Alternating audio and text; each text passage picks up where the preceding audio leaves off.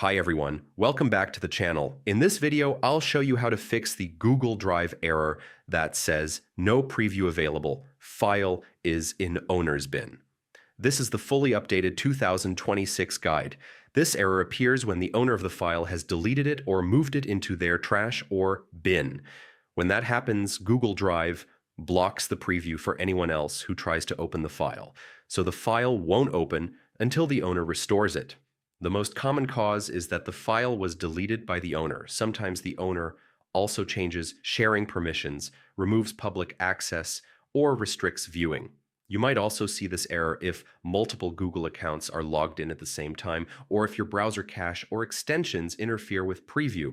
Unsupported file types can also trigger a no preview message. The first thing you should do is contact the file owner and let them know the file is in their bin. Ask them to restore it so the link works again. They simply need to go to their Google Drive, open the bin or trash, right-click the file, and choose Restore. Once the file is restored, preview will work normally. If the file owner has restricted access, they should make sure link sharing is turned on or that your email is added with permission to view. On your side, you can fix preview issues by logging out of all Google accounts, logging back in with the right one, clearing your browser cache, disabling extensions, or trying incognito or another browser. If the owner can't restore the file, then they need to upload it again and send a new link.